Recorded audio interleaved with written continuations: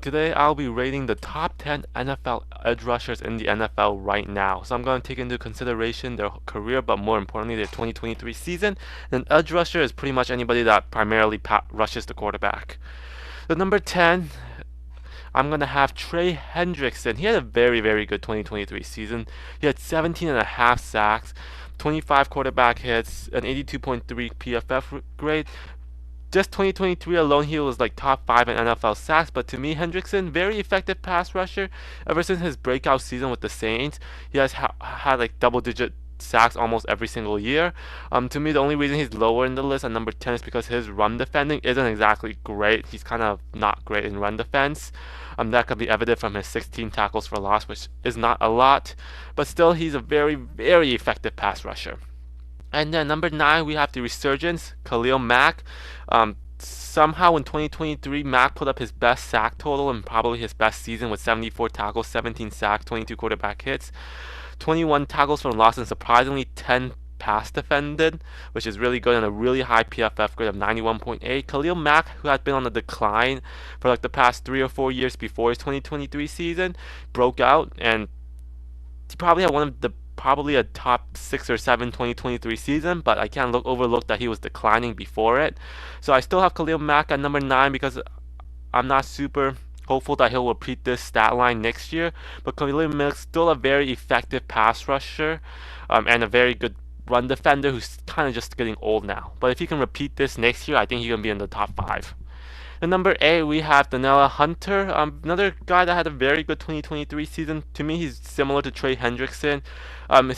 Coming into this in his whole career, I think he's never had like a year under double-digit sacks. Last year, had 16 and a half sacks. But similar to Hendrickson, I think he's not great versus the run. He did have 23 tackles for loss, which is pretty good, but a low PFF grade of only 78. Hunter, another guy that's very effective in the pass rushing his whole career, but not super great versus the run. Not a total liability. I think he's better than Trey in the run, but not great either. Number 7, I'm going to have Aiden Hutchinson. His stat line doesn't look the best, only 11.5 sacks, but he did have 33 quarterback hits and 7 pass defended, which is really good for a defensive end, and a 91 PFF grade. Hutchinson, I think he just continues to improve. Had 9.5 sacks in his rookie year and 11.5 sacks in 2023. Hutchinson, I think he's improving in the run, and if he wants to go in the top 5, I think he needs a breakout season. Similar to number 6, which is Josh Allen, who had another breakout 2023 season. Before his 2023 season, he was very solid with like 8 to 10 sacks or 7 to 10 sacks every year, other than one. But last year he broke out, having 66 tackles, 17 and a half sacks, 33 quarterback hits, 17 tackles for loss, 2 forced fumble, and an 89.5 PFF grade, showing that he's better in the run than guys like Hunter or Hendrickson, but just as effective in the pass rush. 17 and a half sacks, that's a great number and a huge breakout year for Josh Allen, especially coming in a contract year. And then number 5, and then we enter another tier of edge rushers. And number 5, we're going to have Maxx Crosby. Crosby just continues to improve every single year. His sacks have went up. His quarterback hits, I believe, have went up. He's led the league in tackles for loss for a second straight year. Crosby has a legit relentless motor, 92 PFF grade. He's just every single play he's going to be involved in somehow, some way. 90 tackles. To me, Crosby could be in the top 4 if he gets more effective or more efficient in the pass rushing. But he has a relentless motor. Number 4, I'm gonna have Nick Bosa. Kinda had a down 2023 year, only 10.5 sacks. He still had 35 quarterback hits, which is more than like Crosby. 16 tackles for loss, not anything great. 2 forced fumble, 4 pass defense, but he did have a really high PFF grade. Bosa just coming off, he's still very effective as a pass rusher. Like 2 years ago in 2022 at 18 and a half sacks, but he just couldn't get to the quarterback last year. His stats aren't great, but he was still very efficient, very good pass win rate. Number 3, I'm gonna have Myles Garrett, the reigning defensive player of the year.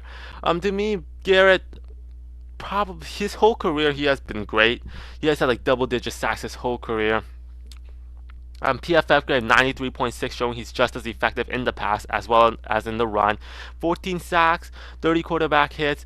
I can't overlook that the last few games of the season he didn't have a single sack. So definitely didn't end 2023 on a strong note, but still very effective pass rusher. Can't get to the quarterback. Definitely somebody that offensive coordinators stay up at night. I just think that his impact isn't as much as the number one and number two guy. And number two, I'm gonna have Micah Parsons at 17. Playing 17 games, 64 tackles, 14 sacks, 33 quarterback hits, 18 tackles for loss, 1 forced fumble, 2 pass defense, and 92.4 PFF grade. To me, Micah Parsons is probably the most efficient pass rusher. Every single time he lines up um, to rush the quarterback, he usually at least causes a pressure or a quarterback hit, so he's probably the most effective. And he's also quite versatile as well. His first 2 years, I believe he had quite a few coverage snaps. So Micah Parsons, by far to me, the most efficient of the pass rushers. But to me, at number one, I think the most impactful pass edge defender will be TJ Watt. Last year, he led the league in sacks with 19 sacks, 36 quarterback hits, which is a lot, 19 tackles for loss, and 8 pass defend. To me, I think TJ Watt makes the biggest impact in terms of the Steelers' defense, both in pass, rushing the quarterback and dropping back, as he had 8 pass defended. And to me, without TJ Watt, the Steelers' defense just doesn't look the same. Watt has been really consistent outside of like 1 or 2 years where he got injured. So I have him at number one. And for everybody that skips to the end of the video, he's a list of the top 10 edge rusher, including 2 honorable mention being Brian Burns, who I think could make it on the list if he has a Josh Allen type breakout season, and Matthew Judon, who was very good but unfortunately got injured last year. So there you have it, my top 10 NFL edge rushers.